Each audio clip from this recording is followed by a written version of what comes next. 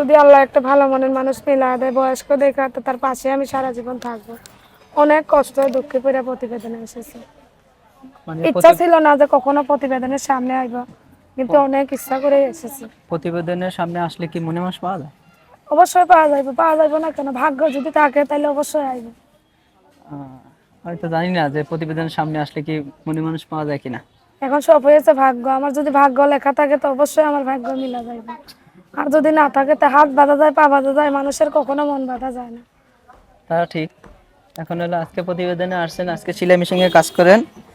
বাসায় কে কে আছে, বাবা মা ভাই বোন? বাসায় আমার খালা আছে, খালার কাছে থাকে। আমার ছোট ভাই আছে, মাদ্রাসায় থাকে, তাকে নিয়ে অনেক কষ্ট, অভাব। 5 শতক জায়গা আছে, ঘর দুয়ার করতে পারি না। যদি আল্লাহ একটা ভালো মনের মানুষ মিলা দেয়, তাকে নিয়ে আমি যাবজ্জীবন অবশ্যই কাটায় দিব। তাই? তা আপনি মনে মানুষের আহ, পাইবো বা খুঁজবো আপনারা কিভাবে পাইবো আপনারা? আমার ফোন নাম্বার আছে, আমার ফোন নাম্বার বললে আমি বলতে পারবো। ফোন নাম্বার আছে, ফোন নাম্বার বলে দিবেন। হুম। তাহলে ফোন নাম্বারটা কি আছে মুখস্থ? আমার মুখস্থ তো নাই, অত লেখাপড়া নাই।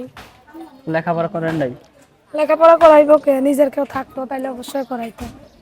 তার নাম্বারটা দর্শক বলে দিচ্ছি, যে আপুর সাথে কথা বলতে চান, আপুর সাথে যোগাযোগ করতে চান, তাহলে যোগাযোগ করতে পারেন। আমি 0132837879 নাম্বারটা আবারও বলছি। আমার ফোন সবসময় খোলা থাকে। যারা যারা যোগাযোগ করবেন বা কথা বলবেন তার সাথে যোগাযোগ করতে পারেন। আমি নাম্বারটা আবার বলে দিচ্ছি, 0132837879 এই নাম্বারে যোগাযোগ করলে আপুর সাথে কথা বলতে পারবেন। যারা কথা বলতে চান বা যোগাযোগ করতে চান যোগাযোগ করতে পারেন।